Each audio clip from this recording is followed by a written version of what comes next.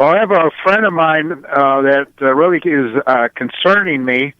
She has three daughters who are in the public schools. They're under 12th grade. One's in elementary school, one's junior high, one's high. Well, what concerns me is she's stupid. Her young daughters have met a very practicing Muslim family with multiple males in the household. And without any problems whatsoever, she's letting her daughters go over to their house.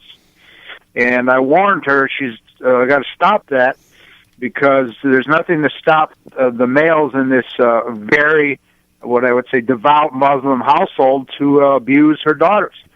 And she just poo-poos it. Oh, you're overreacting. And I says, no, I'm not. You need to look into this problem. And this is what I think we need to educate our women about. Hey, this is a real problem. Educate yourself. Know what we're dealing with. Yeah. Well, I'll tell you what, Ken, whether they're a Muslim or not, I'm not sure I would let my young daughters hang over at another person's house with a bunch of young males. Anyway, it's common sense, for crying out loud, man. Keep track of your kids. Well, great call, Ken. I appreciate it. Take care. Take care. Let's take Joe from Wyandotte. Joe, sorry, I jumped the line with you there. How you doing? Yeah, that's quite all right. I just wanted to not only call to agree with Gary from Hazel Park, but to expound upon it. They don't just twist and distort the language. They twist and distort and try to rewrite history, of course, which we see in our schools, and even Aesop's fables and children's stories that teach kids morals and values. They twist those. Take Robin Hood, the very easy example. No, Robin Hood and his merry band of men did not steal from the rich to give to the poor. Read the book, the original book. He took from the sheriff. He took from the state, which was extorting more and more money in the form of taxes from the citizens, and keeping them in poverty, preventing them from climbing the economic ladder and getting better, and therefore remaining depending on the state. Sound familiar? Yep. Like Democrats. Yeah, yes. That's exactly and gave right. Back to the tax victims. That's the true story, and they don't want children to understand that story. Yeah, that's a great point. And maybe someone in Hollywood, one of these conservative actor producers, will redo Robin Hood one day and make that point that it was Robin Hood going after the government, which happened to be the king, right, and the sheriff. In that case, he was the lead in absence of the king, right? Corrupt as they come and beating people up to get their money and whatever. But, that's great. You got any updates, Joe, on Senate race? You're always my go-to guy. Oh, yeah, there's a new poll came out. I saw well, it. I was going to say very surprising, but actually not all that surprising to those of us who have actually met all of the Senate candidates on more than one occasion. Pensler is in the lead, but only 5 points back is Bob Carr, and John James bringing up the rear, which won't surprise any of us who've met him. Ouch. Well, anyways, it's good to, but Bob Carr is probably one of the hardest working guys. He's doing the grassroots thing. Sandy Pensler is doing the right things for money because he's got big pockets, right? So he's advertising, and that's why he's in the lead. And John James, he's still missing in action. Hopefully we'll get him next week. They keep saying they're going to come on, but then something happens, and he gets busy, and we can't get him in here. Well, that's part of the reason why James is in last. He's completely unresponsive to everybody. I will say this. He was on Gruber this week. Yeah, whatever happens, we've got to get a Republican in there. So whether it's James Pensler or Bob Carr, if you're common sense, a Republican, an independent, a labor, a union Democrat guy, vote for Republican this year. Get rid of Debbie Stabenow because she's hurting us. She's hurting us. We've got to get her out of there. We need more support in the Senate. Well, the biggest thing in Bob Carr's favor is his agricultural background and ties.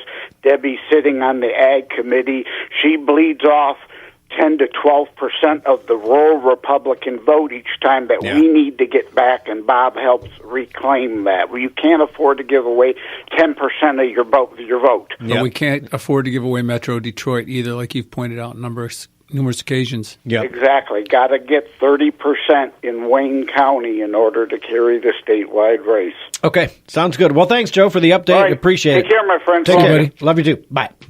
Okay, so if you're looking for furniture, since I Amish Furniture Outlet. 734-449-8000. That's easy. 734-449-8000. Get yourself a real kitchen table, a real wood table, a real quality furniture, whether it's the bedroom, the kitchen, the living room. Get something that's real wood. There's a 20% off coupon in the Current, Courant online.com. Amish Furniture Outlet, real, by American, right? Doesn't get any more American than our Amish folks, right? Right off M36, right by 23. Yeah. So speaking of Gruber, which is my favorite morning show, I heard Tim Wahlberg, who will be on with us next week, and we'll ask him personally. But Tim brought up, quite surprisingly to me, he said the biggest lie from this omnibus bill is people saying the Republicans funded Planned Parenthood for $500 million, $500 million, right? That is false, according to Tim. And he texted me charge and response for the FY18 Omnibus bill. And this is provided by the House Committee on Appropriations. This charge is, does this bill direct Title X family planning funding to Planned Parenthood, its affiliates, or any other entity that performs abortions or provides abortion services? And the response from the committee is this, and this is what Tim was talking about. No, there are no funds in this bill directed to Planned Parenthood. There has never been a line item from Planned Parenthood in the labor HHS Education Appropriations Bill. The Title X Family Planning Program, which is level funded in the bill at the amount that the Trump administration requested, is the program that Obama administration used to make awards to Planned Parenthood in the past. Last year, Congress repealed an Obama-era Title X rule that essentially forced states to fund Planned Parenthood with their Title X funds. The Omnibus rejected Democratic attempts to tie the hands of the Trump administration and force them to continue the funding for Planned Parenthood entities and the other controversial family planning grantees. Further, the bill includes the Hyde Amendment, which prohibits federal funds to be used for abortion. Okay? So, right there, folks. The media is not telling you this. It came right out of Tim's mouth, and he has challenged everyone. If you think you can find the line item that gives money to Planned Parenthood, find it. This is what you were saying last week. That's what you were saying last week. That, yes. You know, that the money's there, but whether Trump slow walks it or where he spends it or if he spends it. And according to this, they do not have to fund Planned Parenthood. Right? So whoever is – now, here's the catch. We don't know who's in charge of the departments, how many Obama appointees are still there, how many holdovers are still there, how much of that money is actually still going to go to Planned Parenthood. You know some of it's going to get squeezed. But, the Hyde Amendment said, well, it can't go to abortions. So it goes to some other thing which they don't do anyhow, like they'll call it community awareness or education or whatever. But all that is fungible. It just frees up funds from another account to go over to abortions, which is their number one business. They are the arms dealer in the United States. Yes. They sell babies' arms. Yeah. They sell babies' organs. Don't get me started, dude. Sorry, buddy. Don't get me started. Okay. So I just want people to know that because you're not getting it from the mainstream media, and I'm going to put it out there, and I'm going to take this and put it right up on the Daily Drift tomorrow for people to share, and I want people to share this, Facebook, Twitter, wherever, because this is important to know.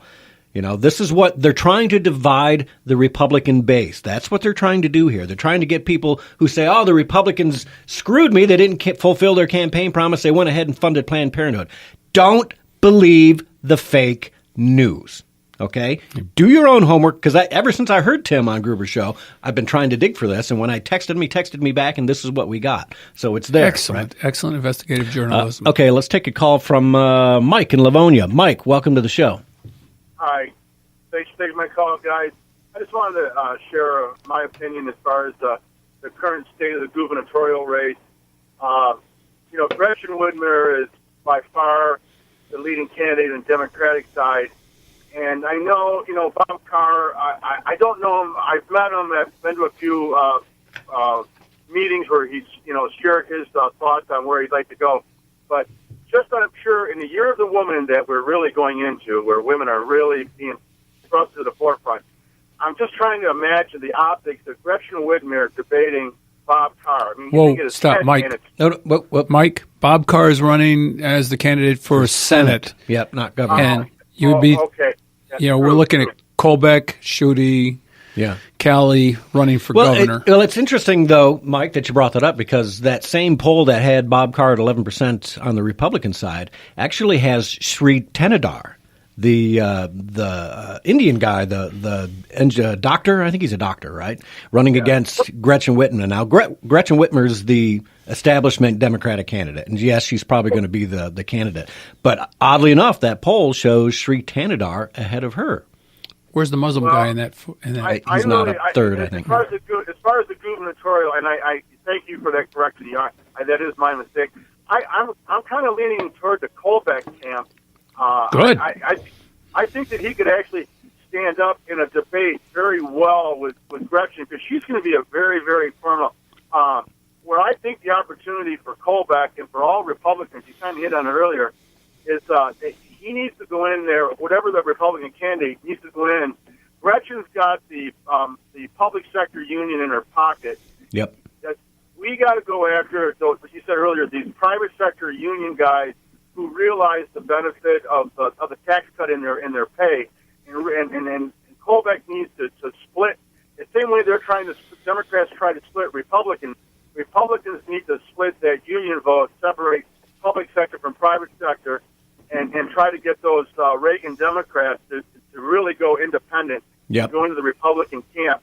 Because I was at a dinner where Gretchen was the speaker, and let me tell you what, she's pretty far left. I don't know if she's as far left as Jennifer Granholm, but I don't think there's a whole lot of degree of difference between the two of them. Oh, yeah.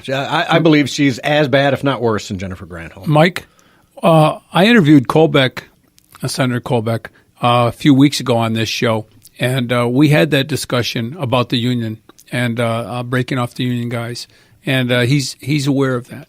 Yeah. Hey, I'll tell you where he has a lot of guts.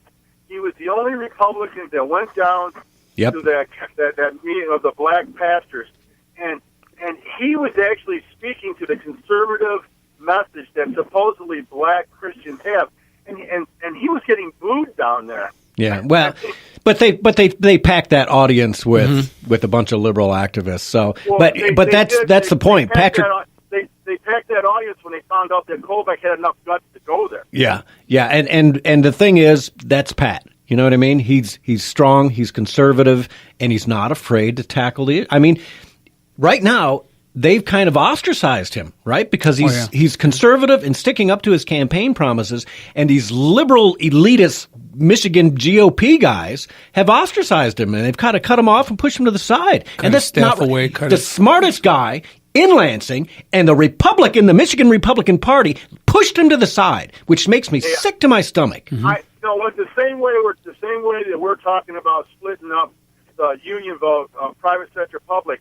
In Michigan, us as conservatives, we should be able to register as an independent or conservative, because then the Republicans would have no choice, or the Democrats, but to come to the table and address some of our issues. If we were registered independent, then and they saw the numbers of people that would do that, and it would be, I bet you, 25 to 30% of the voters would register as independents, then both parties would have to come to the table to address the independence issue. Yeah. Well, I'd like to see closed primaries. Yeah. That's our real problem. That too. Yeah. That too, absolutely. All right. Well, Democrats don't have primaries. They have caucuses. They cheat right there. Yep. All right. Well, great call, man. I appreciate it. Yeah, hey, thanks for the correction on Carr. That was kind of stupid. Yeah, don't worry about it. We all make, it's easy to do. We've mistakes. done it. That's right. It's election year. So. Happy Easter, Mike. All right. Take care. Happy Easter. Yeah, thanks. Let's take a call from John in Farmington Hills. Wants to talk about progressivism. John, welcome to the show. Hey, thank you. Hey, you guys. Happy Easter and Passover to everybody out there. Yeah, There was this radio show on today. Threw these out for me, so I just flicked on the radio, and it was this religious type show. And this woman in Detroit that was a lawyer back in '82, her husband got in a bad car accident. She had to get her mind off of it. Across the street was a bookstore, so she started going in there. Unbelievable, the research this woman has done. And there's a book. The author, I don't know if this is the first or the last name, but it's Constance. And the book is called The Hidden Dangers of the Rainbow. Oh, yeah, Constance Cumby's book. The left adopted this, and she shows, like everybody likes H.G. Wells, 20,000 Leagues Under the Sea, Journey to the Center of the Earth, Around the World in 80 Days. this guy was having a long-term affair with Margaret Sanger and a whole bunch of other. He was a womanizer, a bunch of other left people. H.G. Wells all was? this together, and she had all this documentation.